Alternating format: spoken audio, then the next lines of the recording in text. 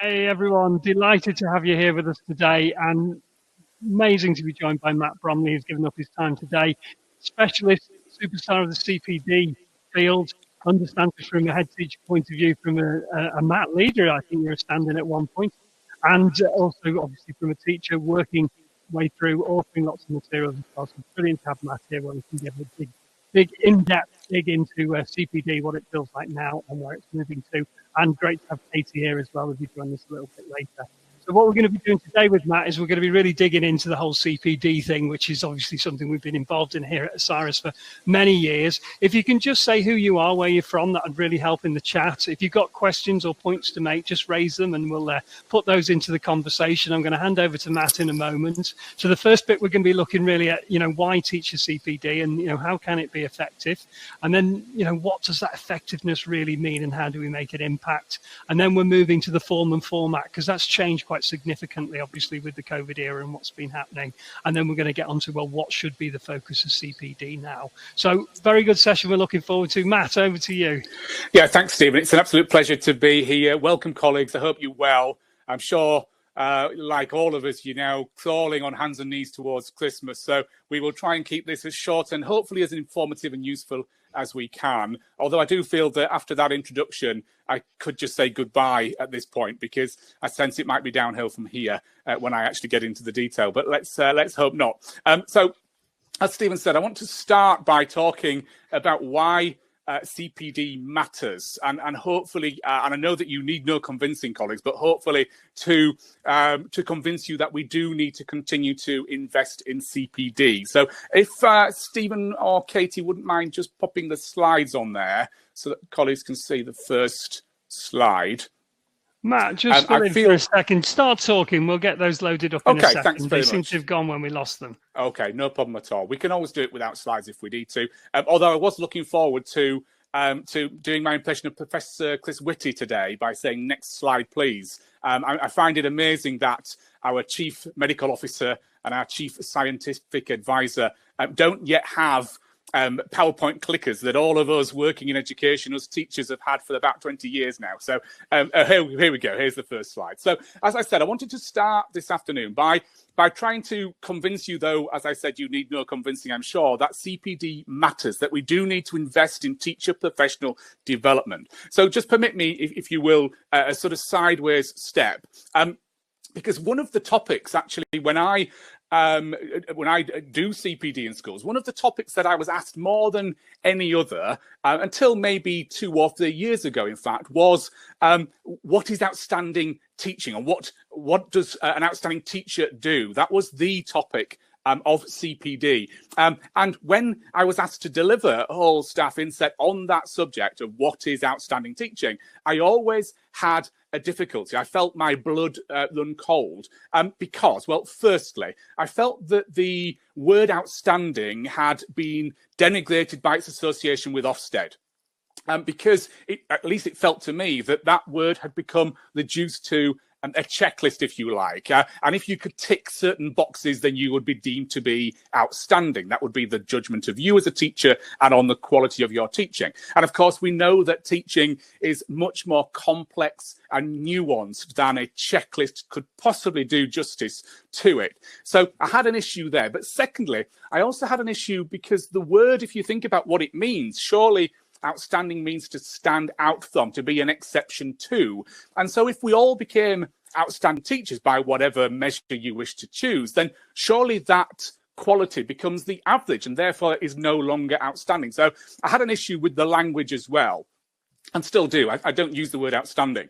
But thirdly, and perhaps most pertinently to this webinar today, I had a difficulty with the question, what is an outstanding teacher? Because I don't know the answer to that question. Quite simply, I do not know. That is to say, I've seen lots of fabulous teachers teach over the years. I've taught, hundreds of thousands of lessons myself, and I've seen and observed many, many more. And I've seen some fantastic teachers toiling away at the chalk face. But there hasn't been a checklist or a blueprint. There hasn't been, this one-size-fits-all strategy or approach to teaching that I could say that is the secret of outstanding teaching. That is the panacea, if you like. And if we all did these things, then we would all be an outstanding teacher. So teaching, as I said, I think is so much more complex and so much more nuanced than that. And it is, I think, an art form. And I use the word art form advisedly because although I think we can learn a lot from the field of science, from cognitive science and educational psychology in particular, about how the mind works, about how students learn, and therefore how to structure and organize teaching instruction, I don't think that teaching is in and of itself a science. I think it's an art form because it is fundamentally, I think, and you might have a different view, but my view is that teaching comes down to that personal connection, a human connection between a teacher and her students. And anything that functions at that human personal level about relationships cannot be reduced to a checklist. There is no secret, no panacea, in other words. So it's a difficult question to answer. But perhaps more than anything else, I think it fundamentally mistakes the teacher with the teaching, because it's not about an outstanding teacher. There are no such things as good and bad teachers, I would argue. But it's about what teachers do and about the effectiveness of their teaching strategies and approaches. That's what matters. So if anything, the question should be about outstanding teaching, not about outstanding teachers. We know, though, that teaching matters. It matters more than anything else. The quality of our instruction in a classroom with students has the biggest effect of anything else. It is the most impactful feature in terms of leading to demonstrable outcomes for students, which of course is common sense, because if, let's say, we had a wonderful governing board meeting or a fantastic SLT meeting, or we'd produced a wonderful vision, mission and strategy, and we had the best school improvement plan in the world. If those things do not lead to tangible changes in the classroom, they don't enact change, in other words, in terms of what the teacher does with students, then it will not lead to improved outcomes for students. So the quality of teaching is the most important factor in determining student outcomes. If we don't change what happens in the classroom, we're not going to change outcomes. It's the old sausage factory analogy, that you keep putting the same stuff in, you'll get the same stuff out. We know from the work... Matt, can I just ask you, I'll come in here? We've got a lot of fans of John Hattie in the Osiris camp, which is always nice, and thanks for those who are joining us. So he would say, agree with you, it doesn't matter how you teach, it's an impossible thing to actually judge that. But what he would say is it's the impact on the learning that's more important than the quality of the teaching. How would you square those two? Yeah, no, I would agree. I don't think they sit in opposition. I think it's that distinction between the quality of the teacher and the teaching. It's about what the teacher does with students that will have the impact. So if we focus, for example, our professional development on changing the teacher, then I think we'll be misguided. If we focus on those marginal gains at the edge of their teaching practice and look at what might have more impact on students in terms of their learning gains, that's where we will have the biggest impact. And here I talk about the work of, we've not got long today, so I'm just going to sort of signpost, as you'd expect, sort of a few ideas and sort of skim over the surface of some ideas. But here I'd signpost Hannah Sheck and Livkin's work in 2006, where they looked at the pace of progress and outcomes made by students taught by 50 different teachers. And they found that in the classrooms where the most effective teaching was happening, students made significantly more progress. Heyman and Pianton in 2005 also found that where the most effective teaching is happening, students' socioeconomic differences were null and void. So students who were the most disadvantaged made the same amount of progress as those who were the least disadvantaged, if you like. So we know that, yes, absolutely, the quality of teaching matters. But again, I just make that distinction between the teacher and their teaching. If then we accept that the quality of teaching it does matter more than anything else, then we have to look at how can we improve the quality of teaching in our schools. And here I would look to the work of Viviane Robinson in her book, Student-Centered Leadership. And she, in that book, offers sort of 5 answers, I suppose, to that question of how do we improve the quality of teaching within our schools. And I won't go through them all, but I mean, she talks about the importance of having appropriate resources, for example, so textbooks, that the IT kit and so on, that has an impact, a positive effect size.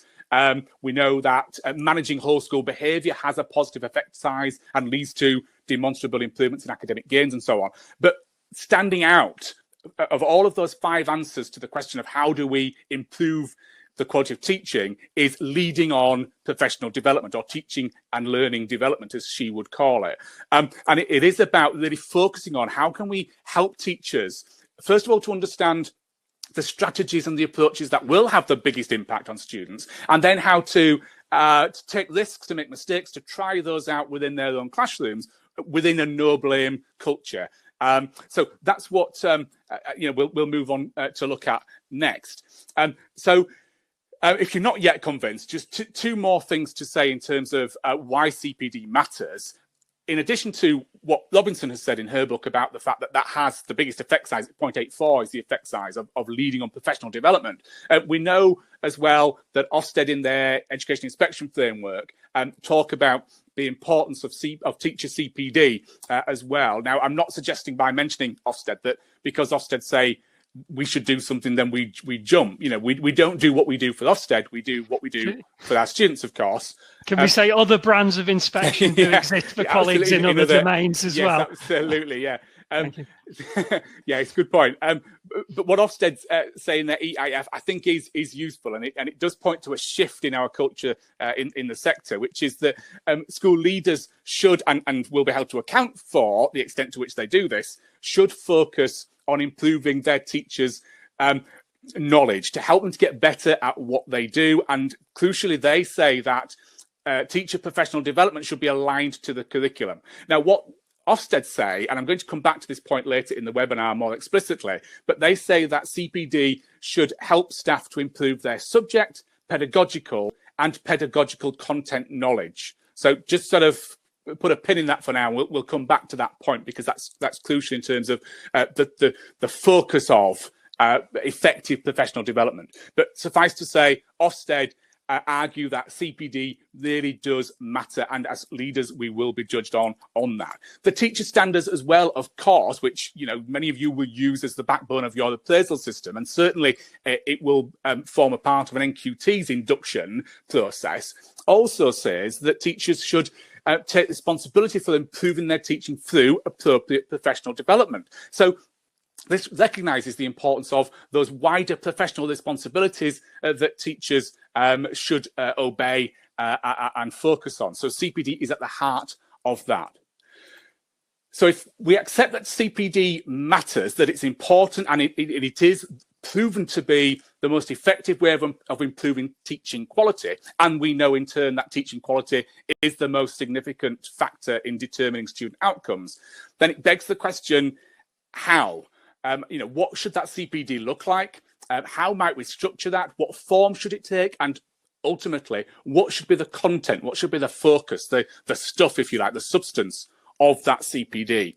And here I would start with what the DfE Standard for Teacher Professional Development says. And what it tells us is that effective CPD focuses on improving pupil outcomes. So it's always got a clear eye on the impact that CPD will have ultimately on whether or not our students perform better. Now, just a quick sort of tangent or caveat, I suppose, at this point. When I talk about pupil outcomes or student outcomes, what I do not mean to imply or suggest here is that I am talking just about qualification outcomes or test outcomes, though they are undoubtedly important. What I take this to mean is it's about improving those wider outcomes for pupils, including their preparedness for the next stage of their education, employment, and life. So how effective are we as schools in truly preparing our students for what comes next, including through gaining qualifications, but it's much more than that. It's about making sure they are prepared to go out into the world as active, informed, healthy citizens, and so on and so forth. So that's what I would take the pupil outcomes to mean. It's in the widest sense. But the standard for CPD from the DfE tells us that CPD should be focused on improving those outcomes for students. It also tells us that CPD should be informed by evidence. And again, I'll come back to this point more explicitly a little bit later in this session. But we should, I would argue, ensure that our professional development programs for teachers are informed by the evidence, the research evidence, including John Hattie, including the EEF, and so on and so forth. There's a weight of evidence these days. When I started teaching, sure, many of you are the same, we were not what I would call an evidence-informed profession. We just kind of did what we were told to do in our teacher training qualifications, or what had happened to us as students at school, and we just assumed that was the best thing to do, but we didn't actually really know that. Now we've got this weight of evidence that gives us a starting point in terms of determining those strategies and approaches that are proven to have the biggest impact on students. But, and then I'll come to you, Stephen, informed by the evidence, but then influenced by our own context as well. And this is a crucial point I wish to make today, which is we should also be using our professional judgment at all times about what works for our students within our context. And that will not always be the same as what works in other schools or indeed with other teachers. And a part of that, which I will come back to again later, is about the subject-specific nature of CPD. What works in one subject discipline might not work in another subject discipline, and so on. So we really need to be bespoke and tailored in the type and nature of CPD that we provide. And then one final point on this, and then I'll pause. I also take the standard for teacher professional development to mean that we should also ensure that, at least in part, our CPD programs have an element of collaboration. I'm not suggesting that all of CPD should be teacher-led. Some of it should, but not all. And again, I'll come back to this. But what I do think we need is to ensure there is some aspect of collaboration, of teachers working together to support each other and to share good practice within a school. Stephen. Yeah, I like the three evidences kind of model, where evidence number one is be informed by the research base, be that Hattie's, be that the EEF one, but the research that's out there. That gives you a high probability of what you go for. The second one is, what about your own internal evidence base? Where's the evaluation that you were basing this structure off? So yeah, partly that can be professional judgment, but that should be triangulated and more informed than that. But I think there's a third one, which people often forget as well, which is really important, is the implementation evidence. What is the evidence behind your current implementation processes? So we heard about one school where 36 weeks in a year we'll have 36 twilights. That's how we'll deliver the inset. Well, they got halfway through the year and they found that most of their staff were pretty confused by the time they'd hit the 18th new concept that they were trying to put into their teaching there. So it has to be, well, what's our implementation basis looking like? And that's as important as the other two as far, yeah. Yeah, I couldn't agree with you more. And in fact, I will come on in just a couple of minutes or so to the importance of evaluating the impact of CPD to make sure that we know not just that it is tailored, that it's bespoke to our school and our context and our subjects, but that it is working, it is leading to a demonstrable improvement in pupil outcomes, again, in the widest sense. Because there is a temptation, as you've sort of implied there with those twilights, that we sometimes just keep doing what we've always done. We have these inset days or these twilight sessions in the calendar, and we just fill them with the same types of CPD, irrespective of whether or not they work. And it's, it's human nature, and being a senior leader in a school is hugely exhausting. It's time consuming, it's draining, and so it is tempting sometimes just to keep doing what we've always done because that's what we've always done and that's what we've got the resourcing for, or whatever. But we really do need to be much more discerning as consumers, I think, of professional development. It's an interesting point.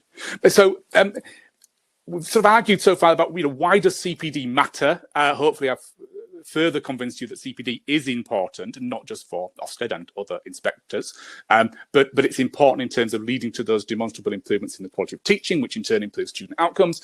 And I've sort of argued so far the importance of using evidence and also making sure that CPD is in part collaborative.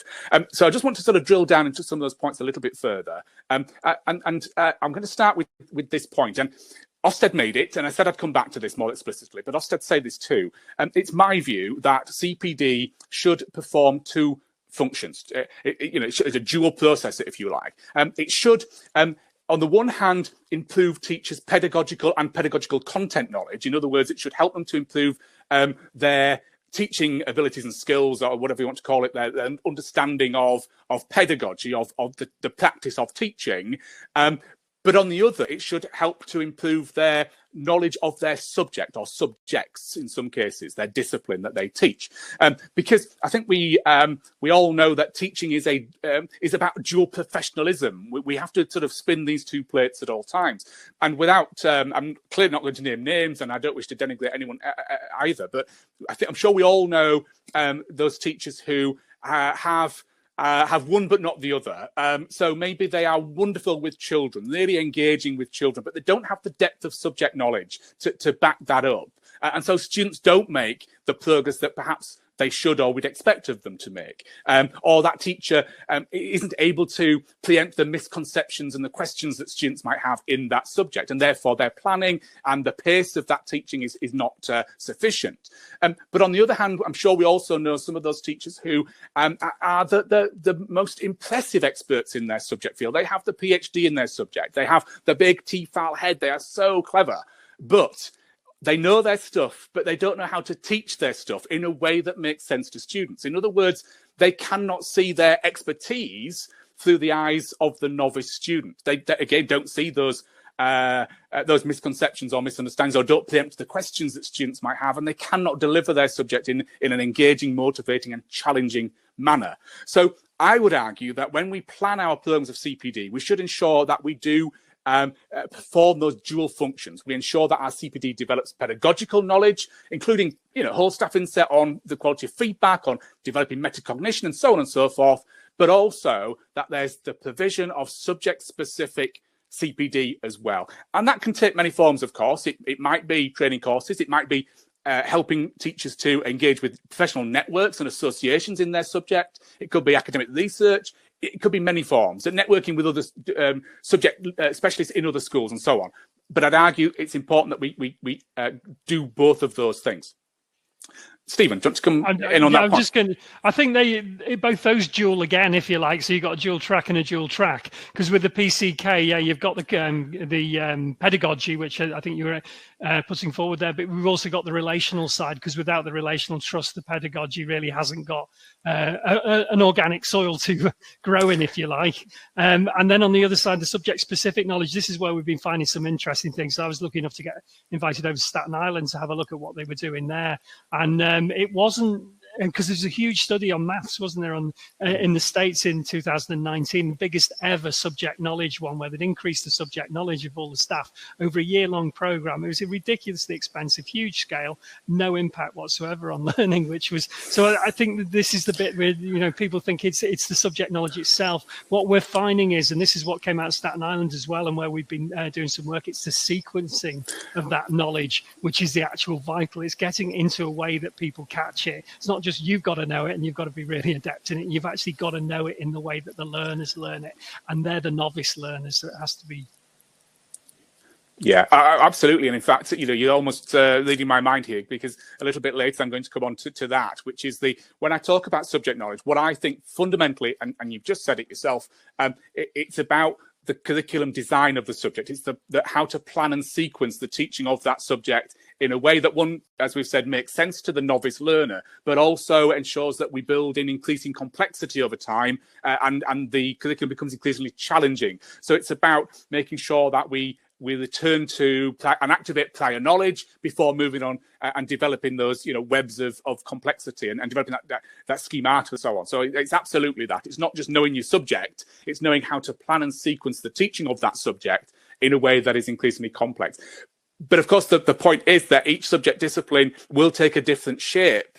And so that planning and sequencing will be different in each subject. So some subjects might be fairly linear in nature, in that each new concept or topic builds upon and extends the previous, and will be built upon and extend the next. But in some, it's not. It's sort of cyclical. It's messier, if you like. It's might go backwards before going forwards, or there might be completely different concepts and ideas being taught and assessed at different points, and we've got to be careful not to try and extrapolate progress between the two, and so on. So it is about that subject-specific nature. The other point I'd just make on the form, I suppose, that CPD takes is that And again, I think perhaps in the past we've not been as hot on this as we could have been, but I do see improvements in this area. Is that CPD should, of course, be about innovation. It should be about sharing new ideas with teachers, bringing new concepts and ideas and research into schools, and making sure that we are up to date. We have got that latest academic research at our fingertips, and we know what that looks like in the classroom. All of that is important, of course, but we shouldn't neglect helping teachers to spend more time on improving things they already do. So it's developing mastery as well as becoming more, innovative and adding theories and strategies to your teaching arsenal, if you like. So it's that notion of giving teachers time actually as well. That's important. Giving them time and opportunity to work with colleagues to develop and improve upon things they already do. And here, I just caution. I might come back to this if we get time, but if not, just caution here that where, and Stephen, in fact, sort of intimated this earlier, where CPD tends not to work, where it doesn't really lead to an impact, is where it's about initiatives. So, the inset at the start of September is all about all staff come together in the hall and we talk about feedback. And then the October or the December inset, we're going to talk about metacognition, or we're going to talk about, you get the idea. And it's one initiative after another without any real time and effort being put into, so what does that look like? How do we develop that? How do we evaluate it? How do we invest time and energy into that aspect of teaching instead of moving on to the next thing? And I know that's difficult because they're, we're all under pressure to improve student outcomes and so on, and to improve the quality of teaching in our schools. But we've got to be brave, I would argue, and try to avoid that initiative-heavy approach. I think it's good to see this is 3 distinctive phases. I'm with you all the way on that one, Matt. The first phase is we're raising professional knowledge, and that takes quite a while to do in itself because I've got to add it to the schemata already. It's just like working pupils for a mastery. I've got to add it to the schemata I've got, and we just find something like feedback's got the greatest variability. We know from all the research, some of it has a negative impact. At the top end, it can have an incredibly positive impact, but we've got to understand that knowledge. The second stage is then we've got to add it into our context and how we're thinking and how we're projecting that out. And it's not till you get to the third phase which it really starts to have an impact, which is where I'm now concentrating on the users. So I'm now thinking, okay, I've got the feedback, I've got it contextualized. Now what's the feedback coming from the pupils to me? And that's the equation. I know John Hattie will always say this, it doesn't matter how well you mark, how good the feedback is. If the person doesn't want to receive it, or they don't want to act on it, it's going nowhere anyway. So it is going through those 3 phases with all CPD. Yeah, absolutely. And again, it comes back to the importance of, yes, being informed by the evidence, but being influenced by your context and what you know will work with your students in your school and so on, and within your subject. So absolutely, there's a temptation that when you look at the meta-analyses, we know that whether it's Hattie or EEF, that feedback tends to top the sort of table. But it's knowing what does that mean? Because just because feedback has been proven to be impactful, it doesn't actually tell you anything sort of useful and usable as a school. And lots of schools, of course, would have seen that data and decided feedback good, let's do lots more feedback. But of course, it's not that. In fact, often, as Stephen suggested there, it's doing less of it, but making sure it's more impactful, making sure that the form that feedback takes, that the timing that feedback is given, and the opportunity that students are afforded within class to act on the feedback is appropriate and will be effective. So it's absolutely accepting that, yes, feedback we know can be very impactful, and it does deserve our attention and our focus in schools, but we've got to understand what that means in practice, and how we can ensure that feedback will lead to demonstrable improvements in pupil outcomes. Just staying with the subject then of what CPD works, the form, the type of CPD. I would argue broadly 3 things. I'm going to just kind of go fairly quickly through this, just conscious of time. And then I'm going to pause after this section and invite Stephen and then possibly Katie to talk a little bit as well before I sort of finish the session with the last sort of 10 minutes or so.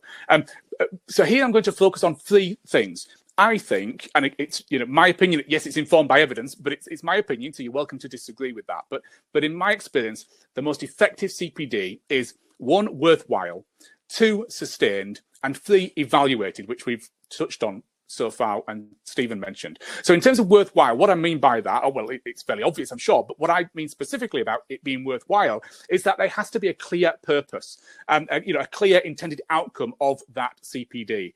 And I'm not just talking about an inset event. I'm talking about the wider program of CPD, perhaps over the course of a year or several years. We've got to know what we're trying to improve. What is the need that we've identified here? And I know that you will be given a training needs analysis as a thank you for attending this webinar. So hopefully that will help you with this part of it.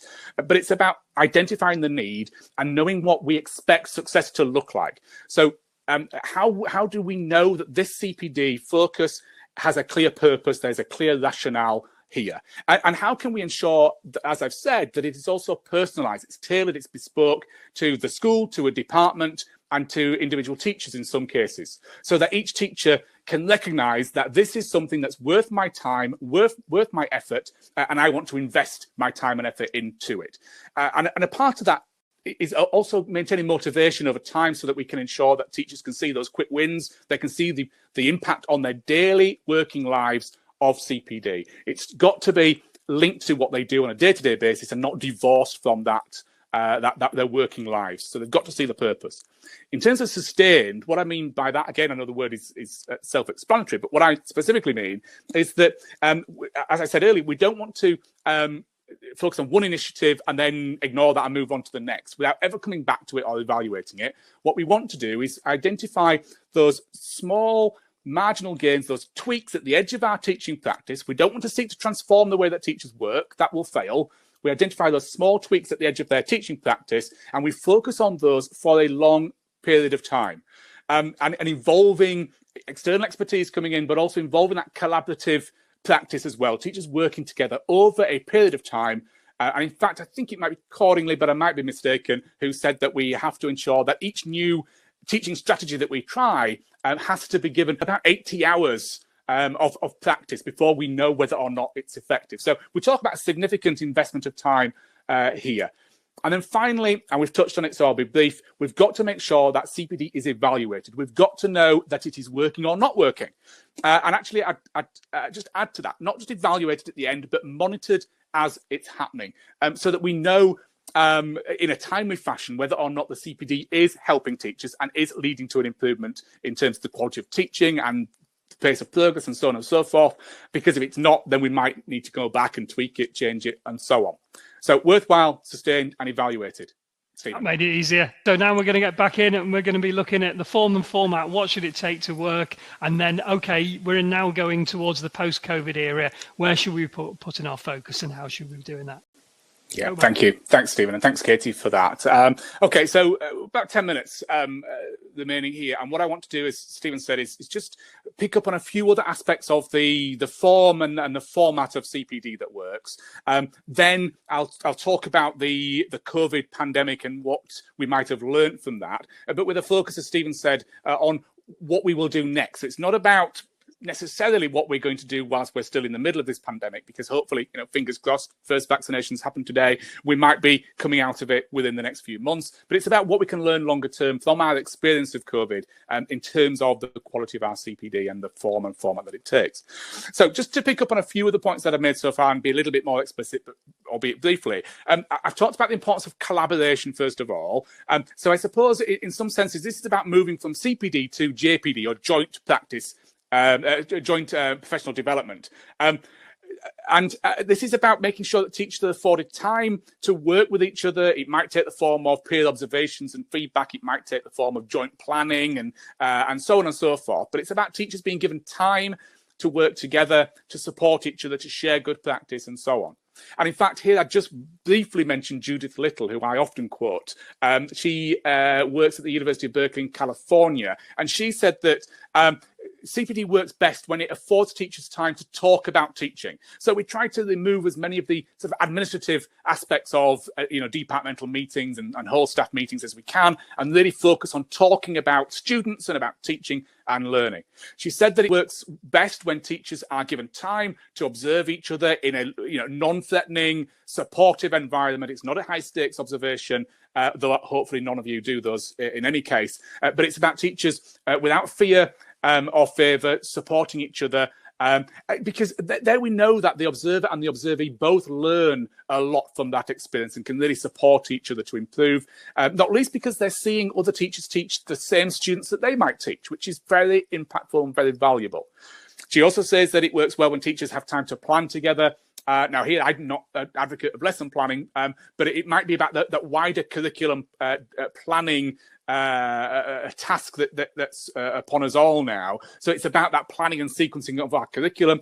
And here I would say it's important that teachers do that together for two reasons. One, because teachers need to know what other teachers are delivering. So let's say I teach year 9. I'm an English teacher, so I'm teaching year 9. I need a good understanding of what those students would have been taught in year 8 and what they will be taught in year 10, because we are each of us responsible for one chapter of the novel, and we need to know the plot arc, the character development, and so on if we're going to teach that chapter well. So it's really about that joined up thinking. But secondly, the more that teachers do collaborate together on their planning as a form of CPD, the more consistency there will be in their teaching approaches. And the more consistent teachers are within a department and a school, the smaller the burden will be on our students' working memory capacity.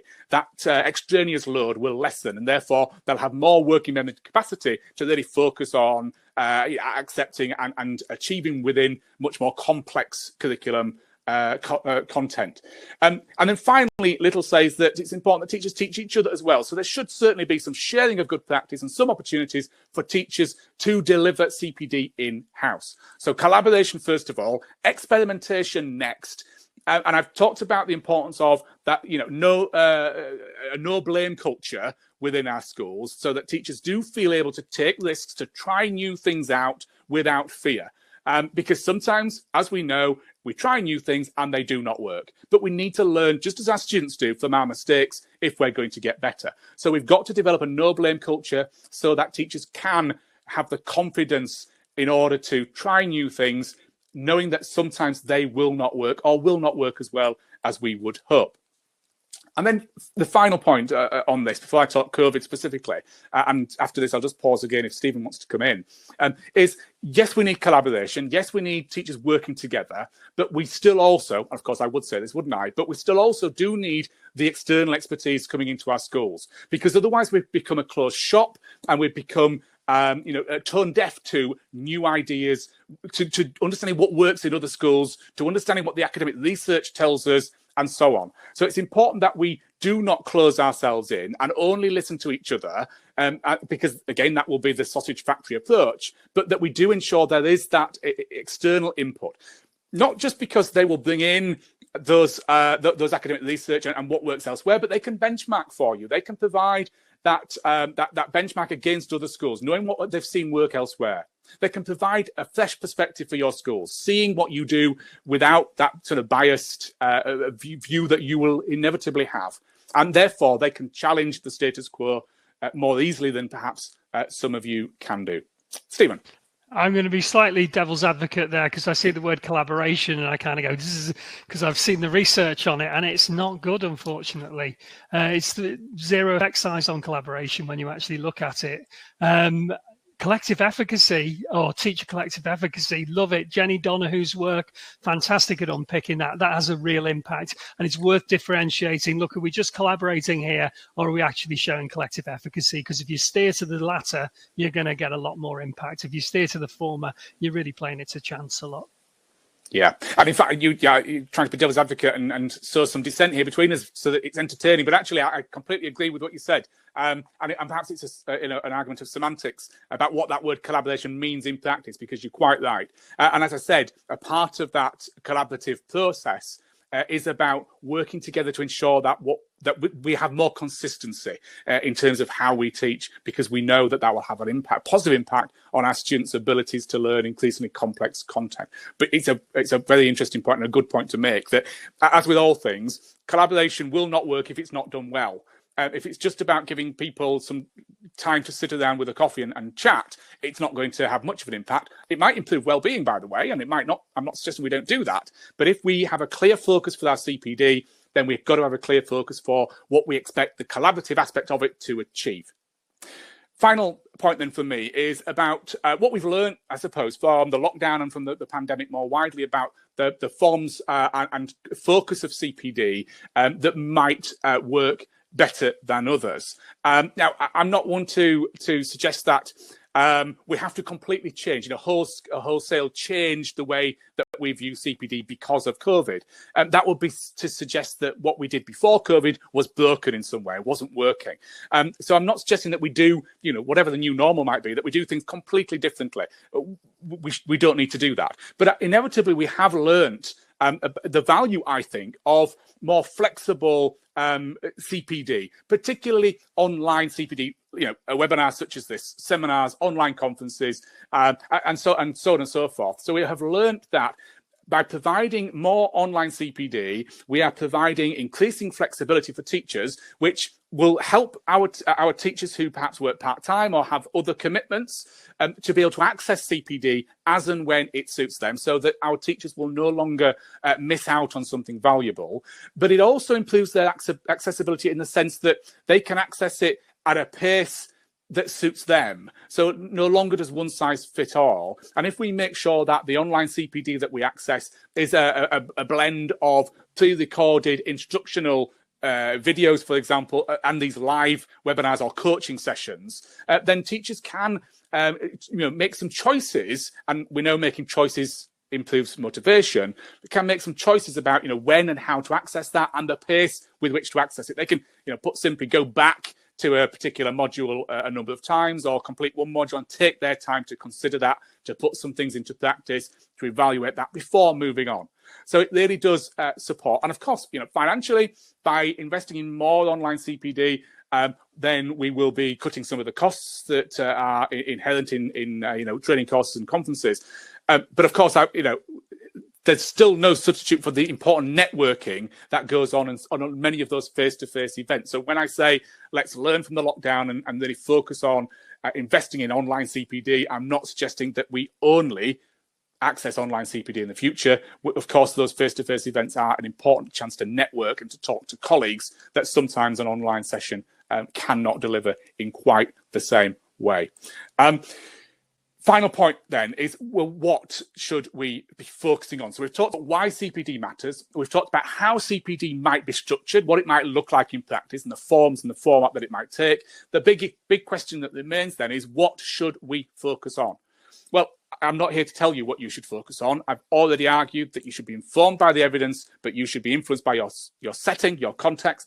And I've already argued that we should not be focused on one initiative after another. All I would say is we do, as I've said, have this weight of evidence available to us now that gives us a starting point. It starts the conversation about what we know tends to work in most settings. So Hattie, perhaps more than any other in terms of those meta-analyses, invisible learning, exceptionally useful starting point in terms of the conversation. And we know feedback is there. We know metacognition and self-regulation can be highly impactful when it is done well. We know about the cognitive load theory now from the work of John Sweller and Clark and colleagues. We know how important understanding the cognitive science behind that is in terms of the way that we plan and teach and structure our teaching so that we can maximize students' working memory capacity and also maximize the chances that they will encode curriculum content into their long-term memories and subsequently retrieve it. So there's a lot of evidence to give us a starting point. Again, I'd caution you need to know what works for you and what your focus as a school is. So it's about doing that training needs analysis, analysing your data to identify what those most impactful aspects of CPD will be for you. And then, final point, making sure there's a subject-specific element to this as well, because what one subject discipline might need to focus on might not be what another subject needs to focus on, and the way in which they access CPD and the form it takes might be different. So we do need to, as senior leaders particularly, to sometimes be brave and to get out of the way and allow our middle leaders and our teachers to take more of a lead in terms of identifying their own CPD needs. Stephen. I remember sitting down once with Dylan William and he said, it was when APP had come out and we were looking at that and he said, well, it wouldn't work with the granularity. I said, go on, what do you mean by that? And he said, well, maths has got 300 grains, science has got 400 grains, English only has 30. I can see why it works in English. I can't see how it'll work in that. And he was absolutely bang on as soon as they tried to move it. So that awareness of how that structural influence of subjects and the sequencing behind those subjects is absolutely crucial within this. Yeah, good. Thank you.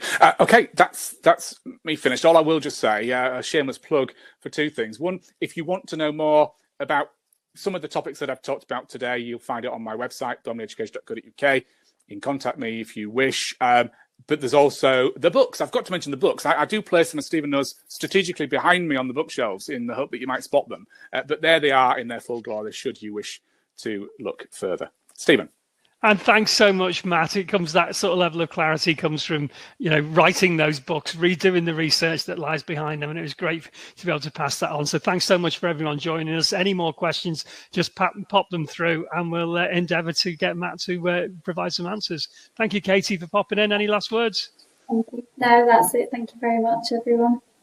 Okay, take care. Enjoy the festive break that's coming. I think everyone's thoroughly deserved it, but hopefully this helps a little bit more. You've got this available in 24 hours time. This will be available to share with colleagues and to go back on. And I think that's the big one as well for this online bit. You can always go back and see the bit that you need to over and over again until you get it. Thanks so much for joining us, and massive thanks to Matt. Take care then. Bye now. Thanks. Bye.